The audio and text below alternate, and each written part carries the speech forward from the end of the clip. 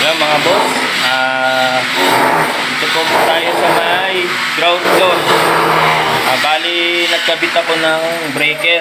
Nagsample ako ng mga breaker natin dito sa may ginawang bodega. Temporary na bodega natin. Ito nga pala yung mga breaker na kinabit natin. Ito po. Main 50 ampere,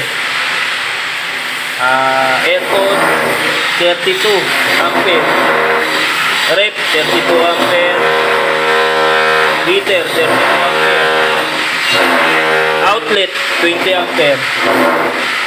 Sa lighting natin 15 ampere.